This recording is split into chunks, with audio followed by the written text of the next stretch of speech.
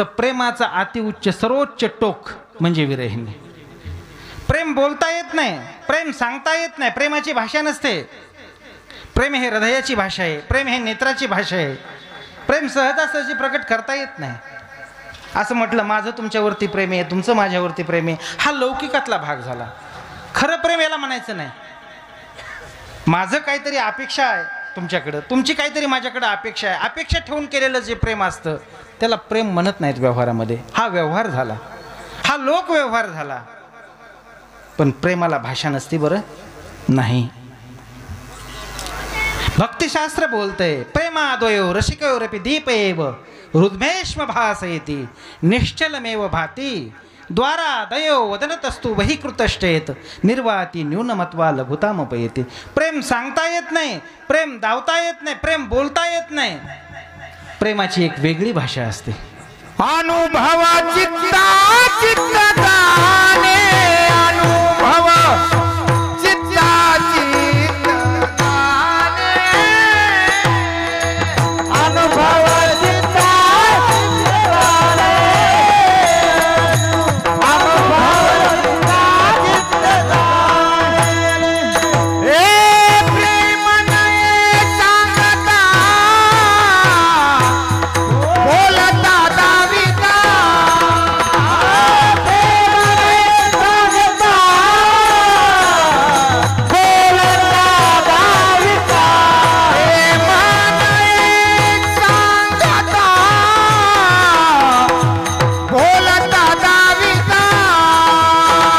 प्रेम नये सांगता बोलता दाविता हे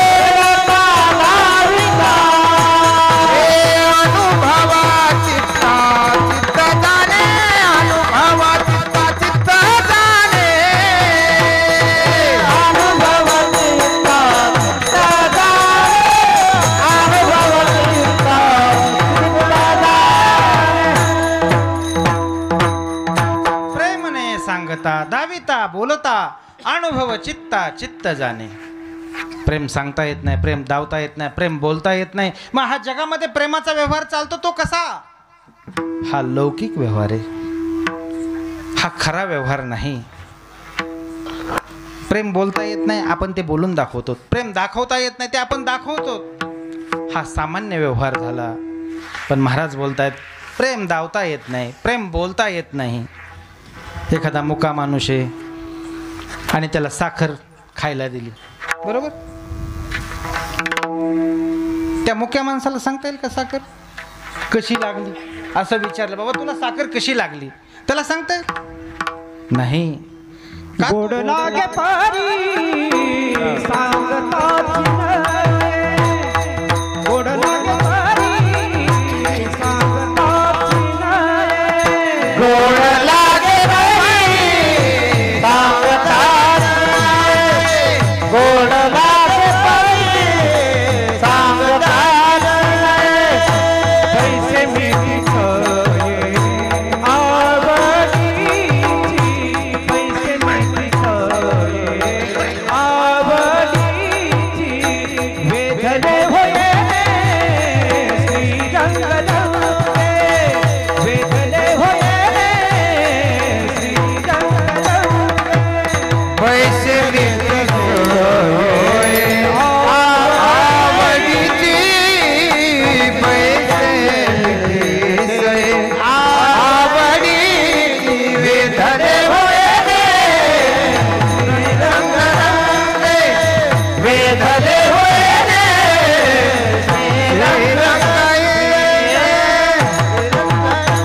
गोड लागे परी सांगताची नाही. गोड लागतं पण बोलता येत नाही, दाखवता येत नाही.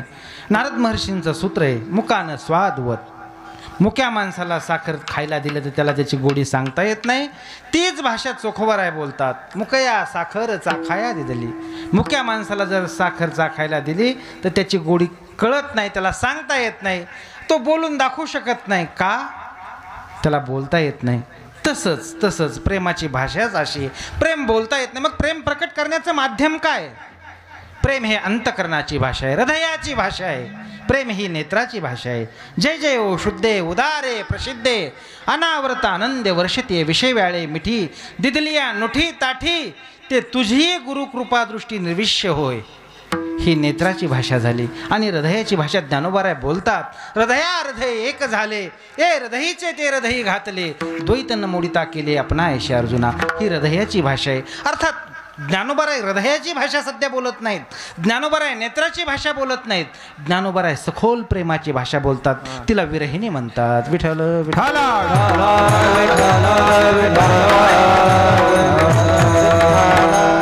हा प्रेमाचा भाव आपल्या अंतकरणामध्ये जागृत व्हावा याच्यासाठी काय करावं लागतं? अनंत जन्माची पुण्य सामुग्री असल्याशिवाय हा भाव आपल्या अंतकरणामध्ये साधल्या जात नाही.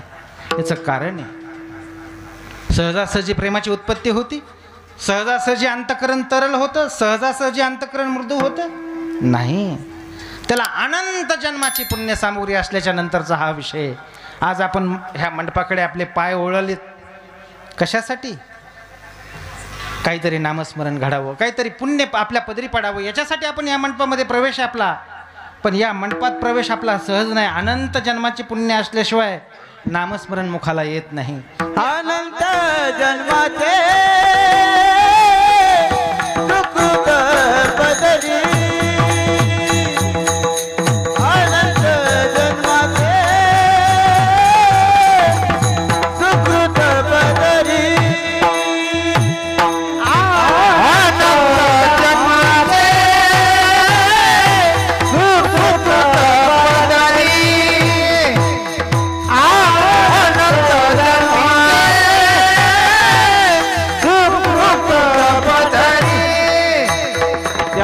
मुखी हारी पैठा होय, त्याचे मुखी हारी पैठा होय, हरिमुखी गाथा हर परिचिता, हरिमुखी गाथा हर परिचिता, गाता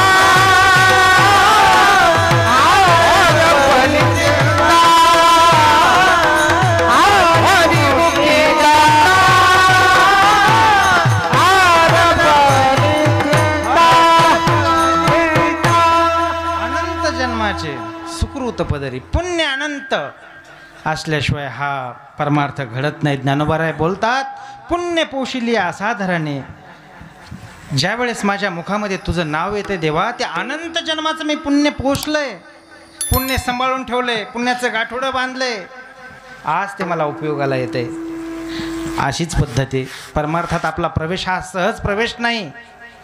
मागच्या जन्माचं सुकृत आणि या जन्माची आवड म्हणून परमार्थामध्ये प्रवेश. विठ्ठल जन्म जन्मी आम्ही बहु पुण्य केले, जन्म जन्मी बहु पुण्य केले, जन्म जन्मी बहु पुण्य केले,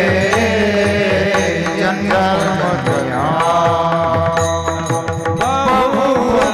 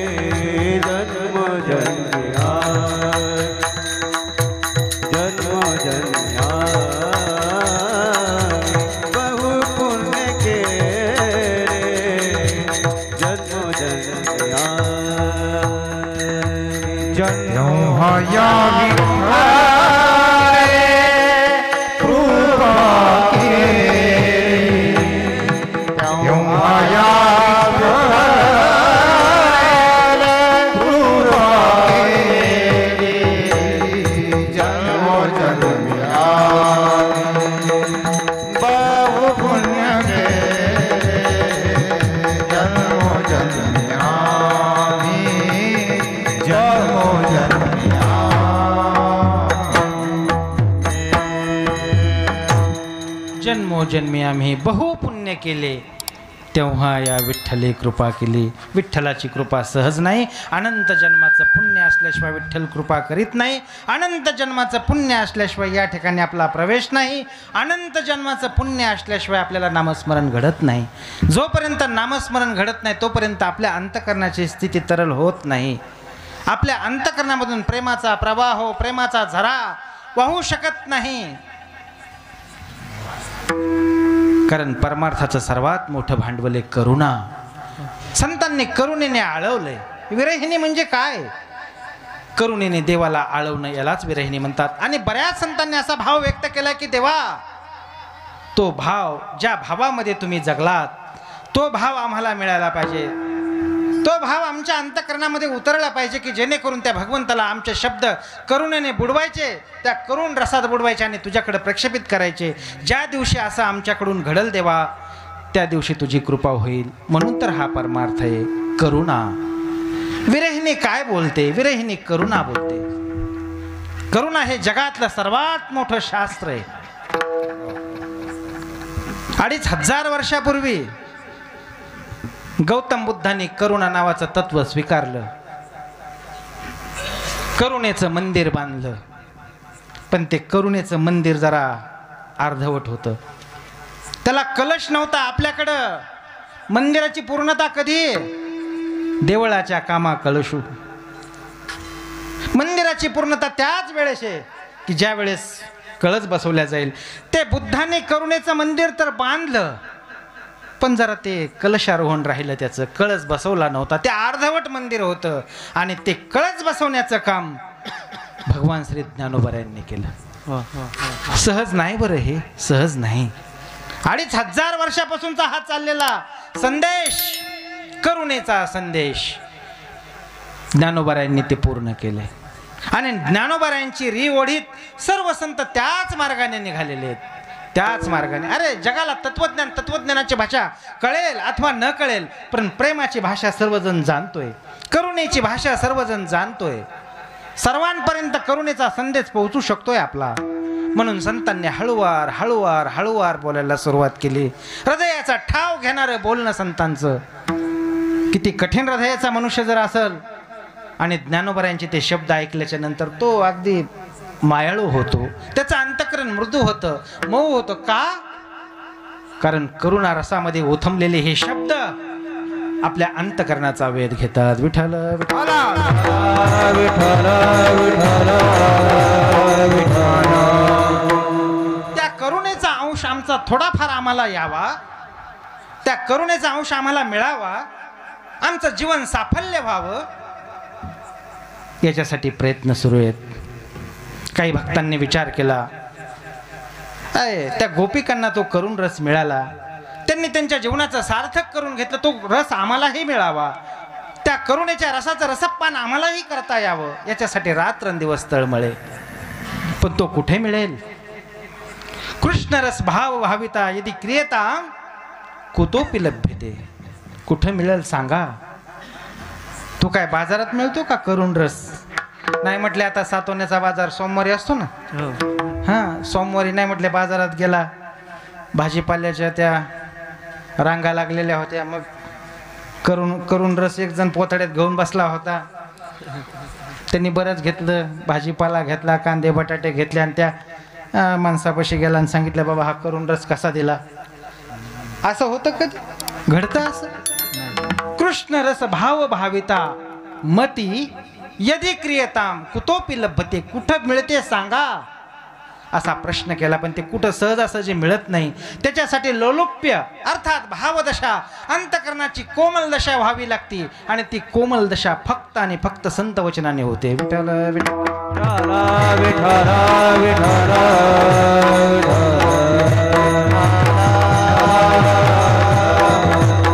आपल्या साधू संतांनी प्रत्येक एक तत्वाचा स्वीकार केला आणि एक तत्व सनाद बनवलं. अनाथ होतं ते, करुणा भटकत होती, तिला कोणी वाली नव्हतं. पण त्या करुणेला जवळ घेतलं, तिच्या डोक्यावरून हात फिरवला. तुला वाली नाही कोणी, तुला पालक नाही कोणी. ज्ञानोबरायांनी त्या करुणेला जवळ घेतलं आणि आजपासून तुझं पालकत्व मी स्वीकारतो म्हणून सांगितलं. आणि त्या करुणेला सनाथत्व प्राप्त करून दिलं ज्ञानोबारायांनी. सांगू, वैराग्य असंच भटकत होतं. वैराग्याला कोणी वाली नव्हतं. कोण वाली आहे वैराग्याला? घर जाळायला कोण राजी आहे? वैराग्य म्हणजे सहज होतं का? वैराग्य हा बोलण्याचा विषय का? वैराग्य हा कृतीचा विषय. वैराग्य अनंत ज्ञानानंतरची येणारी अवस्था आहे. सहजासहजी येत नाही ती. सांगू, जगातलं सर्वात मोठं तत्वज्ञान, जे ज्ञान ब्रह्मज्ञान, ते जर टिकायचं असेल तर त्याला वैराग्याची गरज आहे. वैराग्याशिवाय ते टिकूच शकत नाही. विरक्ती वाचून काही ज्ञानाशी तगणेची नाही.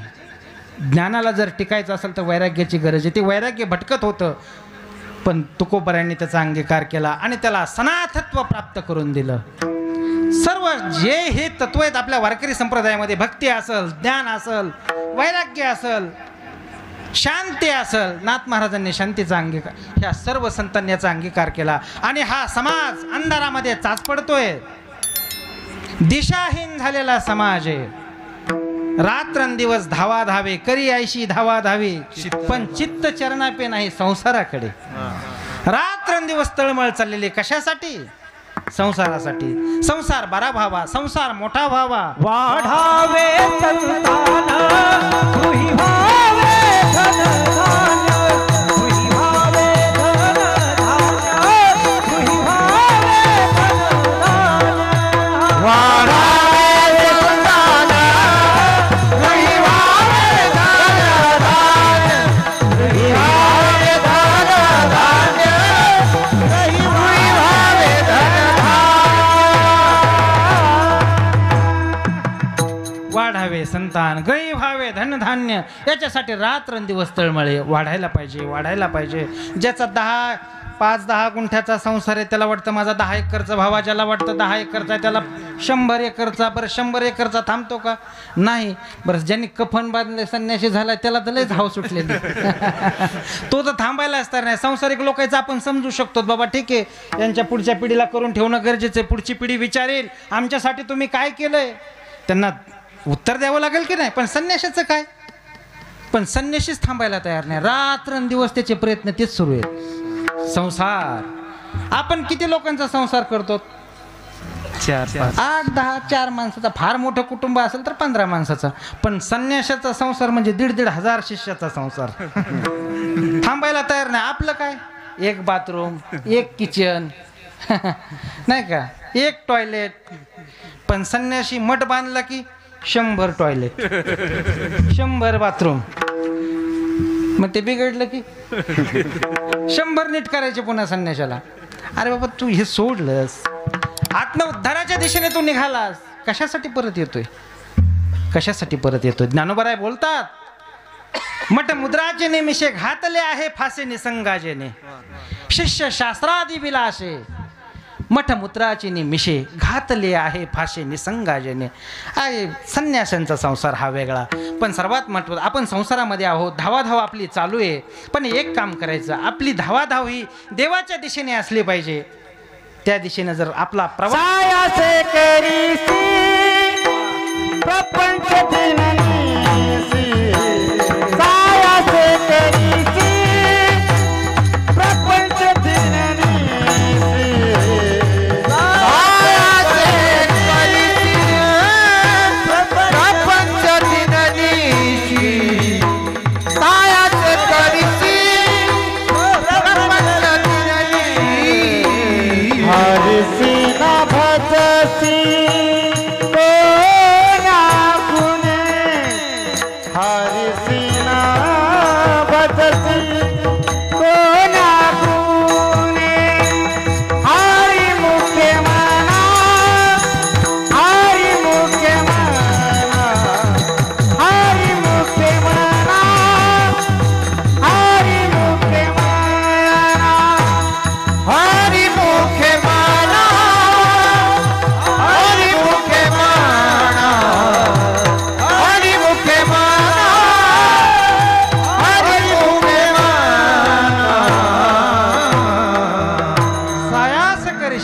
प्रपंच दिननिशी, रात्रंदिवस प्रयत्न चालू आहेत तुझे संसार मोठा व्हावा. संसारामध्ये मनुष्य अनन्यता धारण करतो, एकनिष्ठता धारण करतो. संसार माझा आहे, मी संसाराचा आहे, हा भाव तो जतन करून ठेवतो, सारखा सारखा जतन करतो. पण ही संसारातली थोडीशी अनन्यता जर परमार्थात वापरली ना तर आपला संदेश तिथपर्यंत जाईल. बरोबर. आपण संसारामध्ये रडतोय, पण तेच जर आपण देवासाठी रडलो तर आपला संदेश अर्थात आपला भाव तिथपर्यंत पोहोचेल. पण तसं घडताना दिसत नाही. गोकुळातला प्रसंग आहे. भगवान श्रीकृष्णाच्या भोवती त्या गवळणी रुंजी घालतायत आणि विचारलं की हे देवा, की त्यांनी म्हणायला पाहिजे होते की हे बघा गोपिकांना, तुमच्याशिवाय मला दुसरं कोणीच आवडत नाही, तुम्हीच मला फार आवडतात, असं त्या गोपिकांना वाटलं. पण भगवंतांनी खास एक चांगलं उत्तर दिलं, मार्मिक उत्तर दिलं. गोपिकांनी विचारलं, देवा तुला ह्या जगात काय आवडतं, तुला सर्वात जास्त काय आवडतं? त्यावेळेस भगवान बोलतात, गोपिकांनो मला माझ्यासाठी कोणीतरी रडलेलं आवडतं. अरे जगामध्ये लोक रडतायत, रोज माझ्यापाशी येत आहेत, रोज त्यांचे गाऱ्हाणे सांगतायत, पण त्यांचा संसार सुखी व्हावा म्हणून रडतायत. माझ्यासाठी कोणी रडत नाही.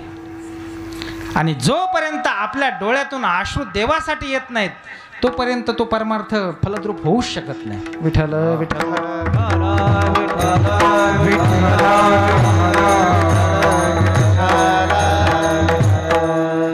पूज्य श्री मोरारे बापूंचं वाक्य, हरिनाम की माला जपते जपते बेवजह आंखों में आंसू आए तो समज लेना की संदेश पहुंच गया. आपल्या डोळ्यामध्ये अश्रू आले की बस आपला संदेश पोहोचला, तिथपर्यंत गेला. पण हे घडताना दिसत नाही, हे होत नाही. अशी अवस्था व्हायला पाहिजे. आपण ज्याप्रमाणे संसारामध्ये अनन्य आहोत तीच अनन्यता आपली परमार्थामध्ये साधल्या गेली पाहिजे. परमार्थामध्ये अनन्यता, अनन्यता म्हणजे काय? अन्य दुसरं कोणी नाही. बोलू जरा गौने पण लक्षात येण्यासाठी बोलतो. आपल्या सर्वांनाच जे जे संसारिक आहेत त्यांना काय वाटतं, पत्नीनं फक्त माझ्यावरतीच प्रेम करावं. बरोबर. असं वाटतं का कधी की पत्नीनं आणखी कोणावर तरी प्रेम करावं? नाही वाटत. बरोबर. पत्नीला देखील हेच वाटतं, पतीनं दुसरं शेजारणीला बोललेलं जमत नाही, प्रेमाची गोष्ट कुठं. माझ्या नवऱ्याने माझ्यावरतीच प्रेम करावं. प्रेमाचं विकेंद्रीकरण संसारामध्ये जसं नाही होऊ शकत नाही, घडत नाही, तशा पद्धतीनं जर आपण परमार्थ केला, याला अनन्यता म्हणायचं. अनन्यता याच्यासाठी चाललंय आपलं. आपण ज्याप्रमाणे संसारामध्ये अनन्य राहतो, पत्नीला जी अपेक्षा आहे की पतीने बस माझ्या व्यतिरिक्त कोणावरही प्रेम करू नये, पतीला तीच अपेक्षा आहे माझ्या व्यतिरिक्त कोणावरही प्रेम करू नये, फक्त एक केंद्रीकरण असावं, मीच असावं तिचा सर्व विषय. आणि पतीला वाटतं की पत्नीच माझा सर्व विषय असावा. मग असं भक्ताला वाटतं की देवच माझा विषय असावा, आणि देवाला पण हीच अपेक्षा आहे की तू अनन्यतेने मला शरण ये. वेळोवेळी देवाने बोलून दाखवलंय बघा, वेळोवेळी देवाची हीच भाषा आहे. त्यांनी सांगितलं, जर तुम्ही मला अनन्य, अनन्य म्हणजे सर्व अन्यायाचा त्याग करा आणि मला शरण या. नारद महर्षींचं सूत्र आहे, अन्याश्रयानाम त्यागो इति अनन्यता. अन्याश्रयाचा त्याग करा, जडाचा त्याग करा, जीवाचा त्याग करा, अन्य देवतांचा त्याग करा, कर्माचा त्याग करा, सर्वांचा त्याग करा, फक्त तुम्ही मला शरण या. आणि तुम्ही जर मला शरण आले तर मी काय करील? तुमचं जन्म मरण मी दुःख दूर करेल. जो मनवनी चरण जावे, मनवनी चरण जावे, मनवनी चरण जावे, मनवनी चरण जावे, मनवनी चरण जावे, मनवनी चरण जावे, मनवनी चरण जावे, मनवनी चरण जावे, मनवनी चरण जावे,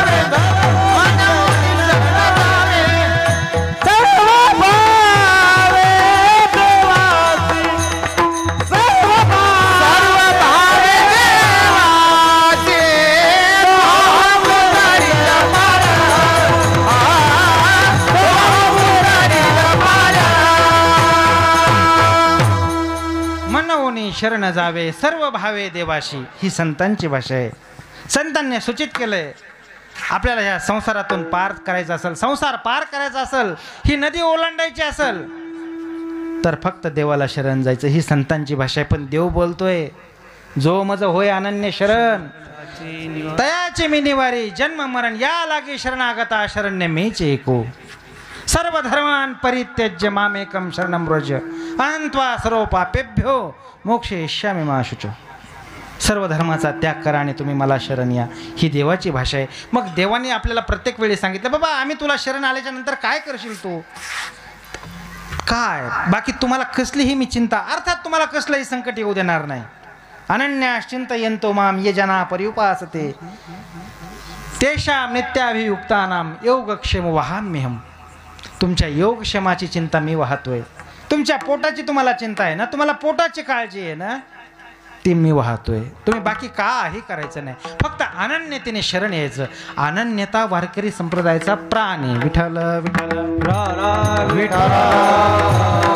अनन्यता नसेल ना आपली भक्ती असेल तर त्याला अर्थ नाही. बरं, अजिबात अर्थ नाही. आपल्याला पंढरपूरला जायचंय, पंढरपूरला जायचं, मग पंढरपूरच डोक्यात ठेवायचं. मग पंढरपूरला जाताना इतर देवाकडे जायचं नाही. आणि या गुणान मिळो, आणि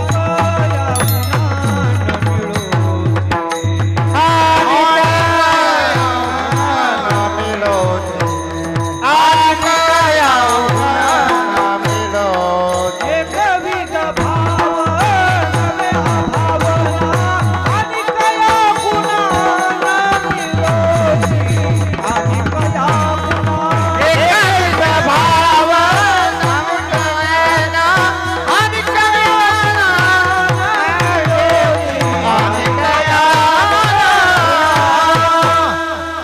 आणि बस दुसऱ्या गुणाचा स्वीकारच नाही. एकची धरीला चित्ती आम्ही रखुमाईचा पती. बाकी तुम्हाला सांगू का, जगद्गुरु तुकोबरायांनी तर गाथेमध्ये अनन्यतेचा उद्घोष केलेला आहे. अनन्यता म्हणजे काय तर गाथा, गाथेचं दुसरंच नाव अनन्यता, अनन्यतेचं दुसरं नाव गाथा आहे. अनन्यता. मला ही अनन्यता अनन्यता का, आज आपल्या विरहिणीची मुख्य भूमिकाच ती अनन्यता. आणू ना आवडे. बस देवा तुझ्याशिवाय इतर कोणी नाही, कोणी नाही. आमच्या मनामध्ये नाही, ध्यानात नाही, आमच्या मुखामध्ये तुझ्याशिवाय कोणी नाही. अरे फक्त तुला समर्पित जीवन आहे आमचं. ज्ञानोबरायांचं हेच म्हणणं आहे, तुकोबरायांचं हेच म्हणणं आहे. मग आपण ह्या संतांनी सांगितलेल्या अनन्यतेला बाद का आणतो. आपला विषय चालला होता, आपल्याला पंढरपूरला जायचं. पंढरपूरला निघाल्याच्या नंतर आता पालखी सोहळ्याला येतात मंडळी बरं का. अष्टमीला आपलं प्रस्थान झालं, निघाला पालखी सोहळा. पालखी सोहळा निघाला की सुरुवातच पुण्यातून दगडूशेठला जातील. ते झालं की आता नवीन त्या सासवडच्या जवळ बालाजी मंदिर झालं, तिकडे जातील. पुढं जरा गेलं की जेजुरीवर चढतील त्या डोंगरावर, नाही का.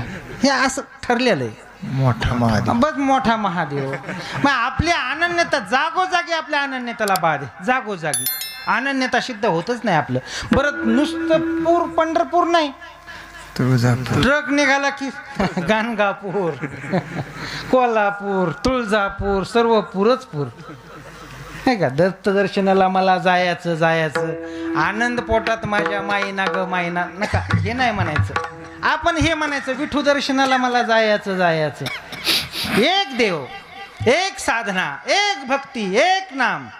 का ते नाम आपल्याला तारणार आहे. आपण अनन्य हो. अन्य आश्रयाचा त्याग कुठलाच, एक गोष्ट आहे, अन्य आश्रयाचा त्याग केल्याशिवाय भक्ती सिद्ध होऊच शकत नाही. आपली फक्त एक धरायचं, एक. आणि हे एक धरिला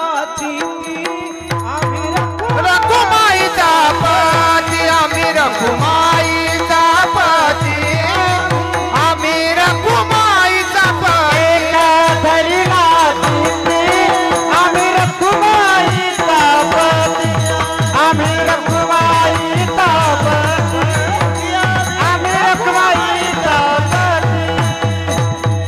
एकच धरीला चित्ती आम्ही रखुमाईचा पती. ज्ञानोबारांना विचारलं, ज्ञानोबारा तुम्ही जे बोलताय भगवंताच्या विषयी कसं स्वरूप आहे, त्या भक्तीची काही महती आम्हाला कळेल का. तुम्ही सांगताय जीवाचा जीव, प्रेमाचा प्रेम, अन्य अन्य केशवा तुझ्याशिवाय मला दुसरं कोणी नाही. ही आम्हालाही जमेल का भक्ती, आम्हालाही साध्य होईल का? ज्ञानोबाऱ्यांनी सांगितलं, ज्या वेळेस तुम्ही देवाला जीवीचा जीव म्हणताल त्यावेळेस नक्कीच तुम्हाला ती भक्ती साध्य होईल. अभंगाचं पहिलं चरण. जीवीची आजीवा प्रेम भावाची भावा, जीवीची आजीवा प्रेम भावाची भावा,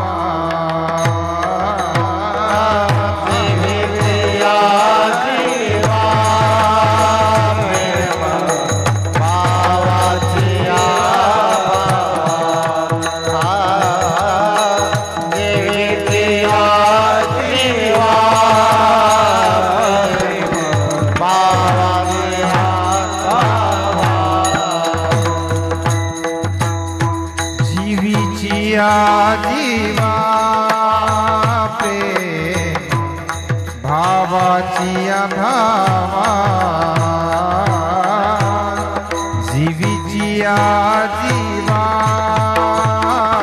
प्रेम भावाची भावा,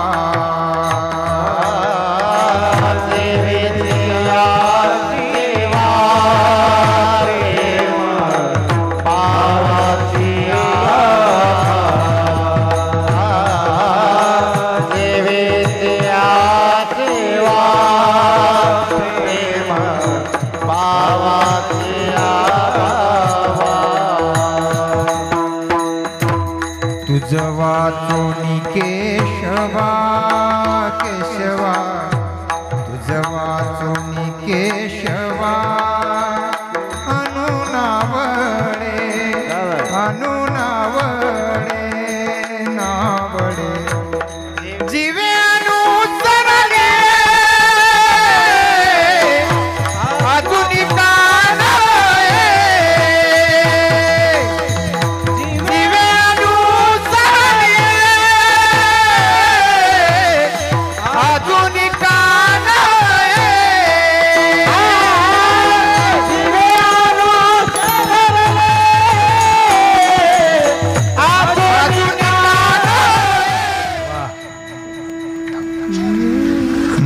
असं वाटतंय तुम्हाला पण वाजवत नाहीत तुम्ही. प्रत्येकाला वाटतं टाळी वाजवायला पाहिजे नाही का? असं मोकळं व्हायचं कीर्तनामध्ये. असं वाटलं ना उत्स्फूर्तपणे दाद द्यायची काय अडचण नाही. कारण आनंद देतात ते सूर आपल्याला, आपल्या हृदयाचा ठाव घेतात, आपल्याला तिथपर्यंत ते घेऊन जातात. बरोबर. जो ज्ञानोबाऱ्यांचा भाव आहे त्या भावामध्ये विलीन करण्याची ताकद ह्या स्वरांमध्ये. बरोबर. टाळी यांच्यासाठी नाही हो, टाळी माणसासाठी नाही, त्या दिव्य स्वरासाठी टाळी येते. बरोबर. जीवीची या जीवा प्रेम भावाची या भावा, तुझं वाचून केशवा आणू नावडे. कोणी आवडत नाही देवा. सांगू, वारकरी संप्रदायामध्ये 5 अनन्यतेला महत्व आहे. 5 अनन्यता शास्त्राने सांगितल्यात. वारकरी संप्रदायाने त्याच्यावर शिक्कामोर्तब केलंय. 5 अनन्यता. एक नामाची अनन्यता आहे. बस एकच नाम धरायचं. दुसऱ्या देवाचं नाव शेंदरी हेंदरी दैवते कोण पूजिती भूतिके, ते बस इतरांचा उल्लेखच नाही. एक गाव आम्ही विठोबाचे नाम, एक गाव आम्ही विठोबाचे नाम, एक गाव आम्ही विठोबाचे नाम, एक गाव आम्ही विठोबाचे नाम, अनेकाचे काम नाही अनेकाचे काम मोडोनिया वाटा सूक्ष्म दुसर, मोडोनिया वाटा सूक्ष्म दुसर, हा मोडोनिया वाटा सूक्ष्म दुसर, मोडोनिया वाटा सूक्ष्म दुसर. एक गाव आम्ही विठोबाचे नाम आणि कापे काम नाही आता, आम्ही नामाचे धारक नेनो प्रकार अनेक, सर्व भावे एक विठ्ठलचे प्रमाण. आम्ही नामाचे धारक नेनो प्रकार. दुसरा प्रकार आम्ही जाणत सुद्धा नाहीत. दुसरा काय प्रकार आहे आम्हाला माहीत सुद्धा नाही, फक्त आम्ही नामाचे धारक आहेत. ही नामाच्या बद्दलची अनन्यता आहे. दुसरी तीर्थाच्या बद्दलची अनन्यता. तीर्थ आपल्याला दुसरं तीर्थ माहीत नाही कुठलंच. आपल्यासाठी एकच तीर्थ आणि ती म्हणजे चंद्रभागा. ऐसे चंद्रभागा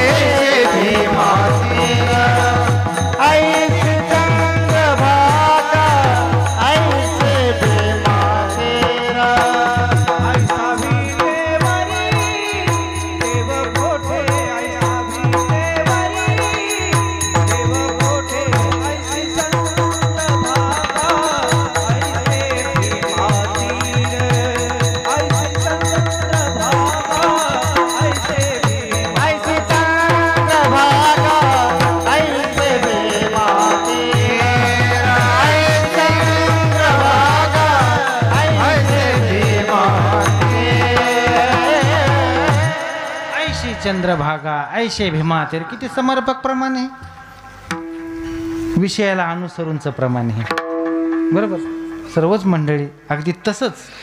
याचं एकच कारण आहे, ज्यावेळेस गायक मंडळीकडून विषयाला अनुसरून प्रमाण येतं का, एकतर त्यांचा अभ्यास असतो आणि त्यांचं कीर्तनात लक्ष असतं, ते मन लावून कीर्तन ऐकतात.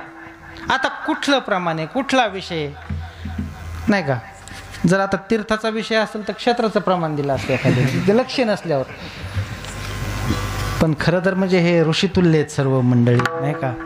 यांच्या नुसते येण्यानं वातावरण भारून जातं.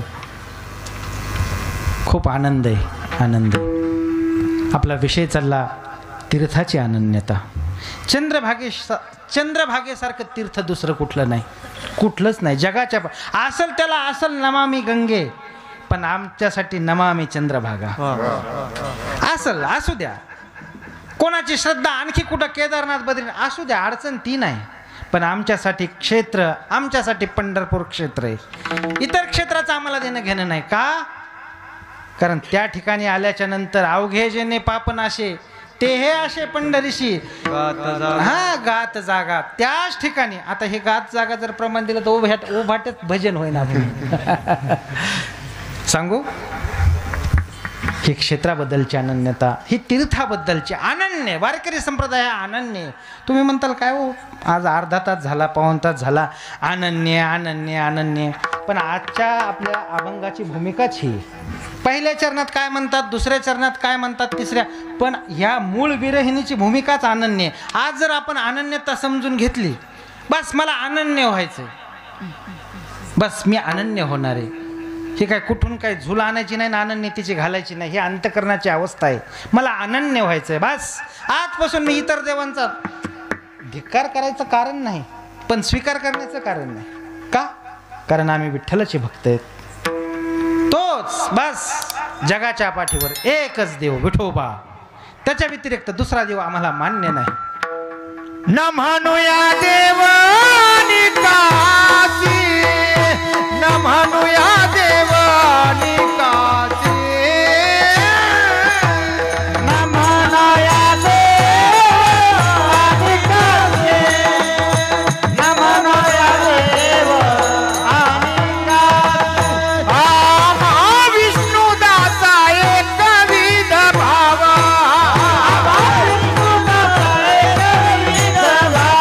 आम्हा विष्णुदासा एकविध भाव,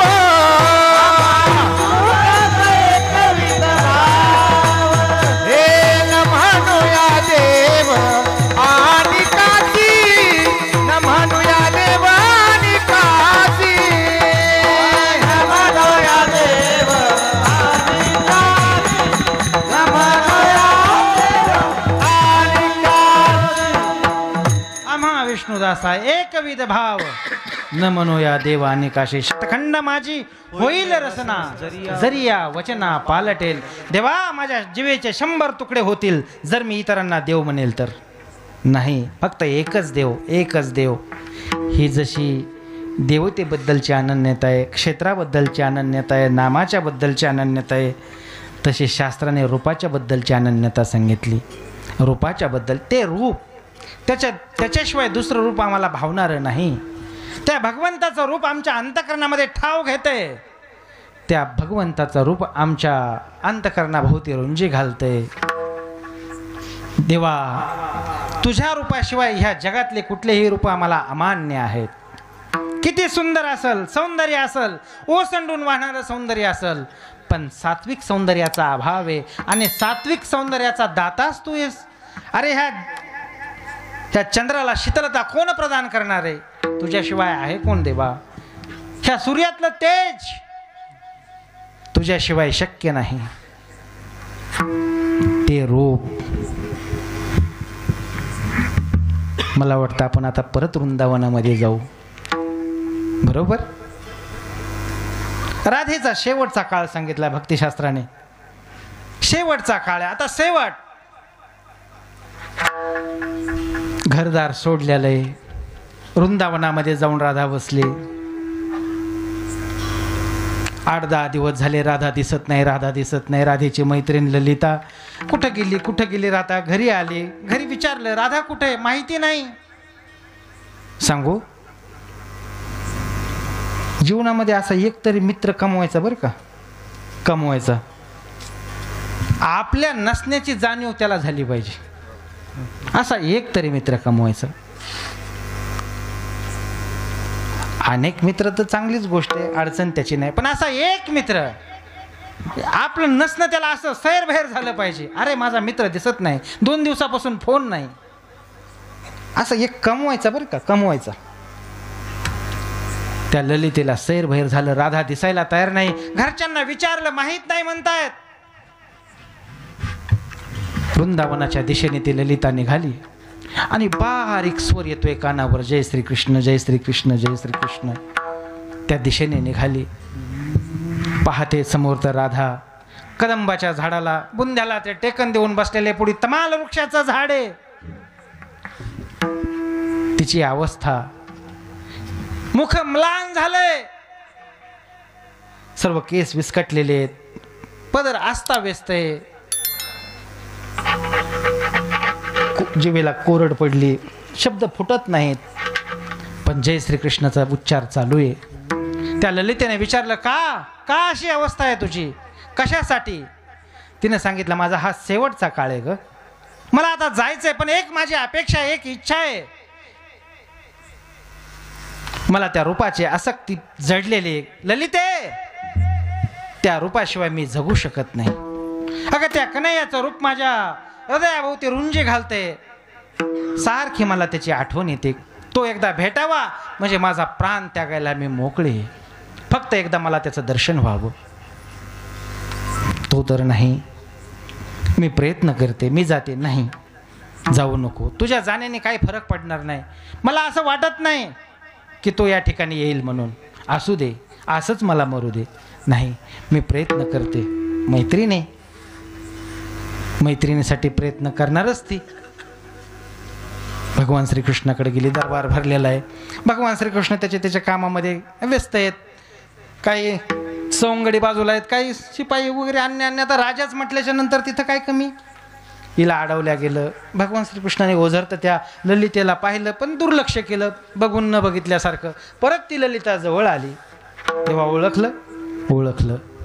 ललिता, हो बोल. का? देवा, राधेचा अंतिम काळ जवळ आलाय. काही श्वास तिचे शिल्लक राहिले तरी देवा, तिला भेटण्यासाठी चल. देवाने सांगितलं, ठीक आहे, तू म्हणते ते बरोबर आहे, पण मला ते शक्य होणार नाही, मी येणार नाही. तिला सांग. देवा, ती आता शेवटचे श्वास मोजते. काही श्वास तिचे शिल्लक आहेत. तो आला तर बरं होईल. भगवंताने नकार दिला. ललिता निघाली.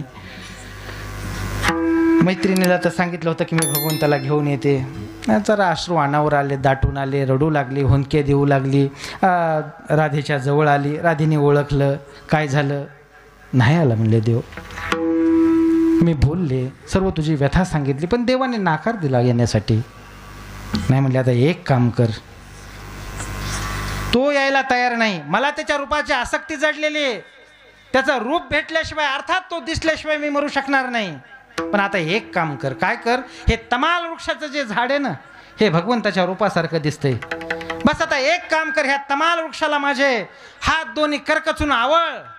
भक्तिशास्त्र बोलते, नचायात कृष्ण विधी सखितवागमितम मोधामा रोधिर्मे कुरु परमिमाम उत्तर कृतिम तमालस्य स्कंदे विनहित भुजा वल्लरिरियम यथा रुंदारण्य चिरम विचला तिष्ठती तनु. ललिते, ह्या तमाल वृक्षाला माझे दोन्ही हात घट्ट बांध, करकचून आवळ, मोडू दे मोडले तर. त्यांनी काय होईल?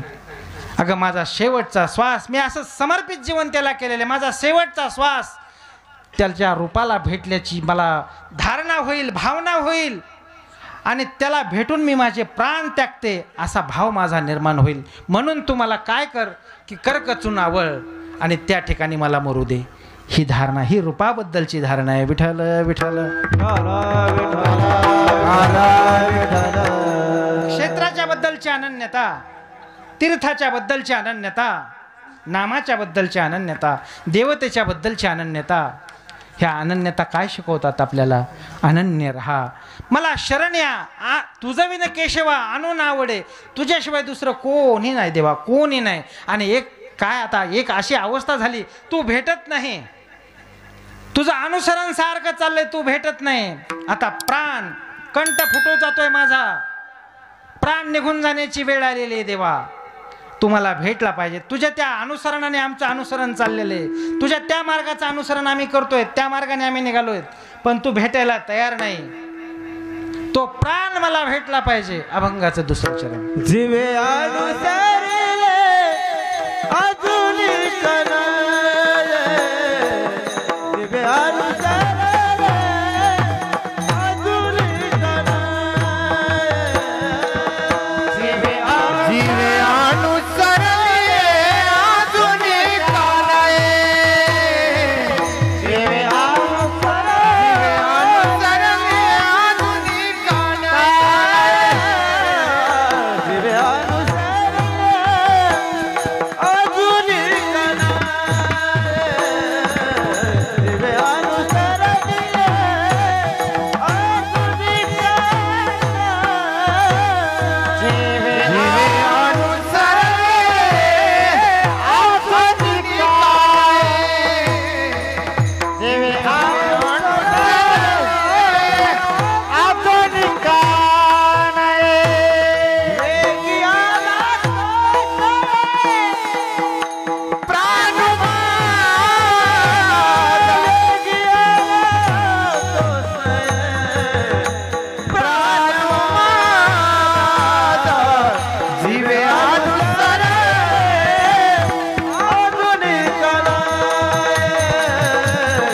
जीवे अनुसरले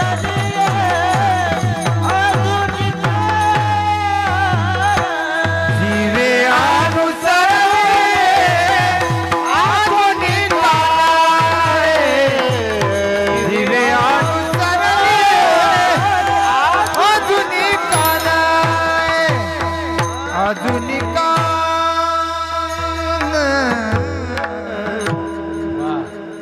जीवे अनुसरले अजून का नाही, वेगी आणावा तो सये प्राण माझा. प्राण आणायचा, त्याच्यामुळे इतकं अर्थाने गाणं पण गरजेचंच होतं बरं का आताचं. नाहीतर म्हणजे प्राण आणायचा अशी साधी चाल नाही ते शक्य. प्राण अगदी अंतकरणापासून वेगी आणावा तो सये प्राण माझा. जीवे अनुसरले अजून का नाही, का येत नाही देव, का मला भेटत नाही, अशी अवस्था लागलेली आहे. शास्त्रामध्ये 3 प्रकार येतात बरं का. पूर्व राग, देव आणखी भेटलेला नाही पण त्याच्या भेटीबद्दलची आसक्ती निर्माण झालेली आहे, आपल्याला याचा विस्तार करायचा नाही, वेळ आपली जवळ आली.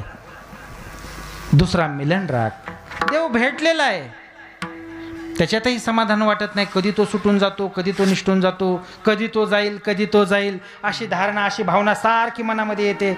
आणि ते एक अनामिक भीती तयार असते की हा जातोय, आता मला सोडून जाणार आहे हा, अशी भीती निर्माण होते.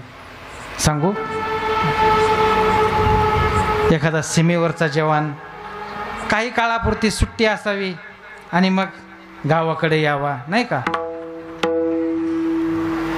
नवीन लग्न झालेली त्याची पत्नी, घरचे लोक, त्याची बहीण म्हणा, त्यांच्या आलाय आता आनंद आहे येण्याचा, पण जाण्याची अनामिक भीती अंतःकरणामध्ये, अरे कधी याला फोन येऊ शकतो आणि कधी हा जाईल. आज एक दुर्दैवी घटना घडली, बरोबर, बऱ्याच जणांनी पाहिली असेल. या भारत मातेचे थोर सुपुत्र, काय नाव म्हटले त्यांचं? बिपिन रावत, बिपिन रावत. खरं तर एक स्वप्न घेऊन निघालेली असतात ही मंडळी. फार मोठ्या लढाईमध्ये आम्हाला मरण यावं, वीरगती मिळावी, अशीच त्यांची अपेक्षा असते. गीता ही तेच बोलते, लढून मारा, शत्रूशी 2 हात करा, तुम्हाला मोक्ष तयार आहे.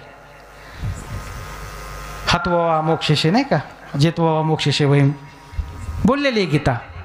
पण सांगू, ह्या लोकांचं जे मरण आहे आज घडलेलं, हे अंतःकरणाला चटका लावणार आहे, चटका लावणार आहे. का? अपघात सहज झाला नव्हतो. फार मोठ्या एखाद्या लढाईवर असते, चीन सारख्या नाही का, पाकिस्तान सारख्या लढाईवर असते, तिथं जर वीरगती मिळाली असती तर सर्व भारतीयांच्या मना आणखी स्वाभिमानाने वर झाल्या असत्या, उंचावल्या असत्या. पण कामानिमित्त यायचं आणि तो अपघात, जरा मनाला चटका लावणारी घटना घडली ही. असंच एखादा जवान घरी आला, अनामिक भीती निर्माण होती, नाही आता जायचंय, त्याला जाणार येतो, त्याला कधी फोन येईल कधी नाही सांगता येत, तो जाऊ शकतोय, ही भीती. आणि नंतरचा राग जो चालू होतो त्याला विरह राग म्हणतात. गेलाय तो, आता सोडून गेलाय, त्याच्या बरोबरचे आम्ही सर्व दुःख भोगले, सुख भोगले, त्याने आम्हाला आनंद प्रदान केलाय, पण आता तो आनंद देण्यासाठी इथं आम्हाला नाही, बरोबर, आनंद देण्यासाठी नाही, तो निघून गेलाय. आणि मग विरह अवस्थेमध्ये तो प्राण माझा गेलाय. ज्ञानोबा बोलतात, जीवे अनुसरली अजूनही का नाही, वेगी आणावा तो सये प्राण माझा. आपल्या सखीला सांगतात, ए प्रिये, तो माझा प्राण कधी येईल.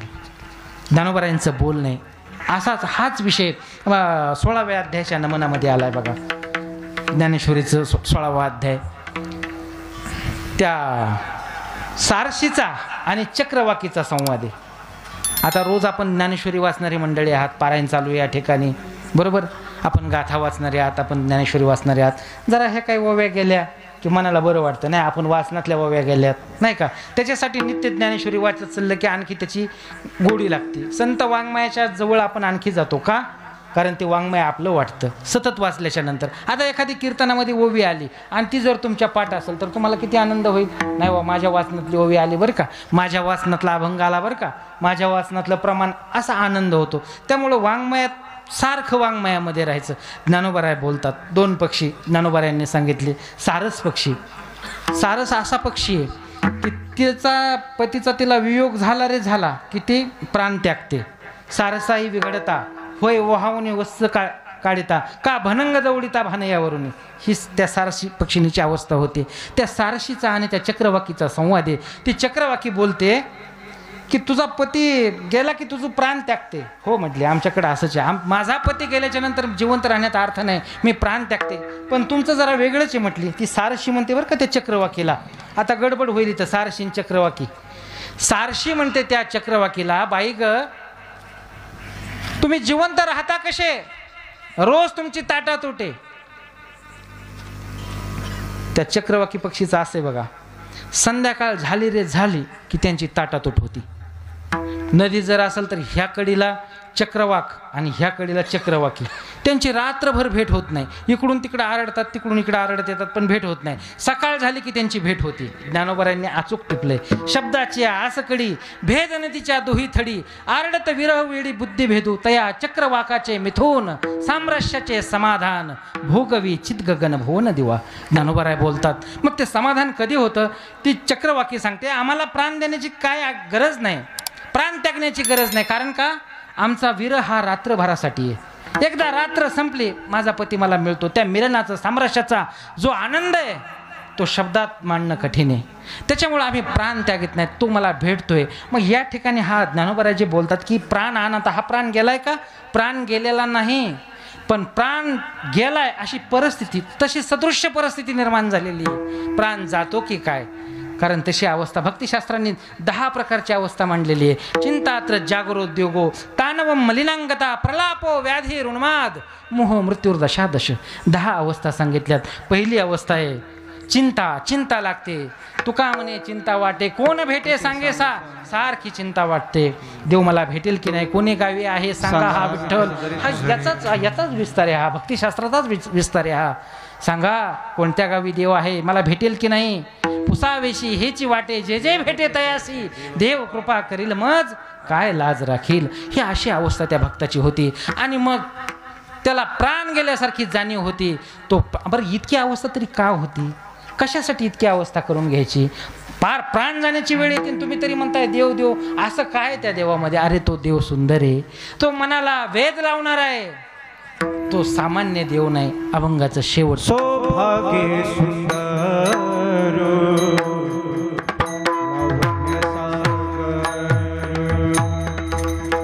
सौभाग्य सुंदर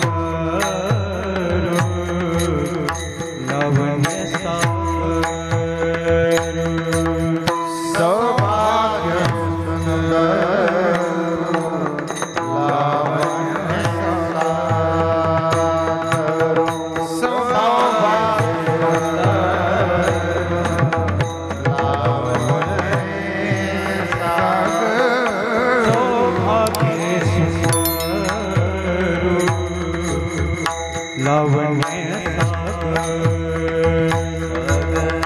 सौभाग्य सुंदर सौभाग्य सुंदर लावण्य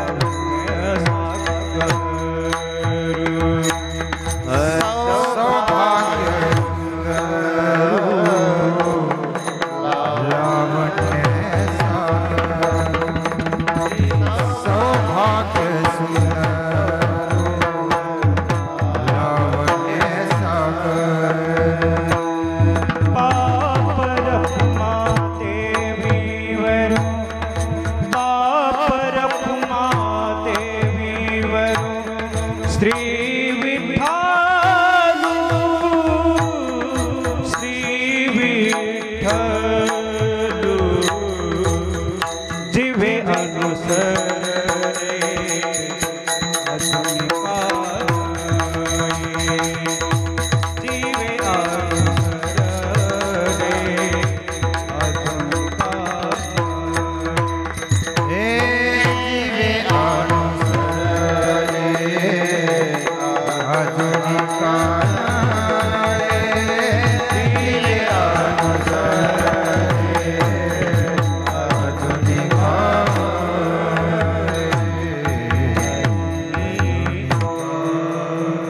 सौभाग्य सुंदरो लावण्य सागरो बाप रुक्मादेवीवरो श्री विठ्ठलू.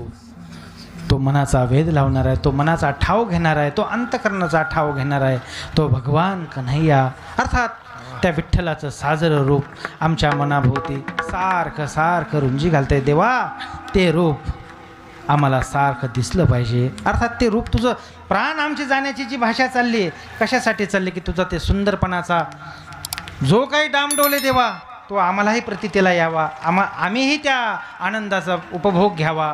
तू सुंदर आहेस देवा, पण तू तुझ्या भक्तासाठी सुंदर आहेस, तू आमच्यासाठी पण सुंदर हो. त्याच्यासाठी आपल्याही मनाची तशी अवस्था झाली पाहिजे.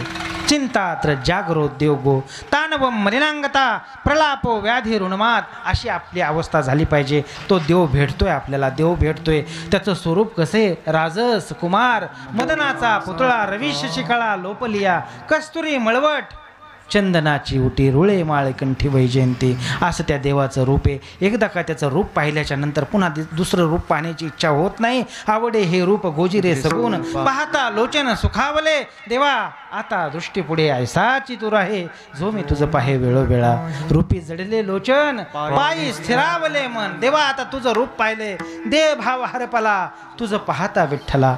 तुला पाहिल्याच्या नंतर देहभाव माझा हरपून गेलाय देवा, हे रूप तू आम्हाला दाखव. ह्याच रूपाची अभिलाषा आपण सर्वांनी करायची. हे फार महत्त्वाचं आहे. नाही आपल्याला रूप पाहता आलं, नाही आपल्याला तिथपर्यंत जाता आलं, एक गोष्ट आहे आपण रोज पंढरपूरला नाही जाऊ शकत, नाही त्या देवाचं दर्शन घेऊ शकत, पण आपण मानसपूजा तर करू शकतो. आपण रोज मानसपूजा करायची. सोपं आहे. मानसपूजेला पैसे लागत नाहीत, मानसपूजेला काही वर्गणी फाडावं लागत नाही, काही पावती फाडावं लागत नाही, पण मानसपूजा करायची. ती मानसपूजा सहज करायची. आपल्या आवडीचा भगवंताची मूर्ती असेल, अर्थात विठ्ठलाची मूर्ती असेल, कन्हैयाची कान्हाची मूर्ती असेल, ती डोळ्यासमोर धारण करायची आणि मग्न व्हायचं, ध्यान लावायचं, मानसपूजा करायची. डोळे लावून घेतले. आता मी जे बोलणार आहे ना, ह्या शब्दाबरोबर तुम्ही प्रवास केला ना, तर नक्की आपल्याला त्या ध्यानाचं दर्शन होईल, नक्की त्या स्वरूपाचं दर्शन होईल, अर्थात त्या भगवान कन्हैयाचं दर्शन होईल. फक्त आपण थोडासा प्रवास माझ्या शब्दाबरोबर करायचा आता. बरोबर?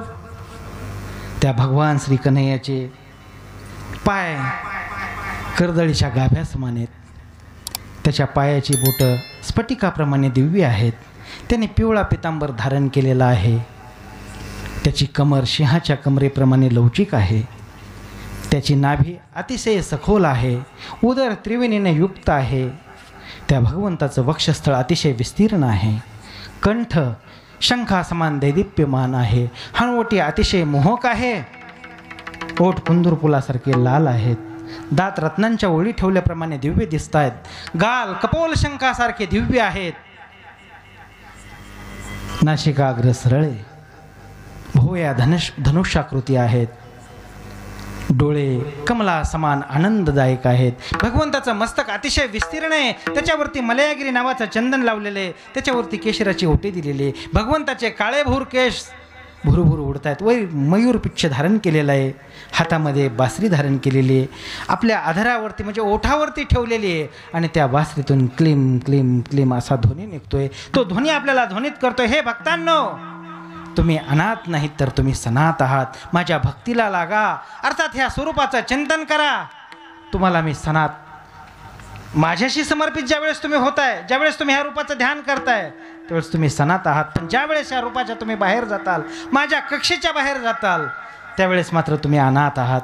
तुम्ही माझ्याशी समर्पित व्हा. देवाची हीच भाषा आहे. अनन्यता आजच्या आपल्या अभंगाची मध्यवर्ती भूमिका होती. तो मांडण्याचा आपण प्रयत्न केला. एकदा त्या भगवंताचं नामस्मरण करूया. विठोबा रखुमाई, विठोबा रखुमाई,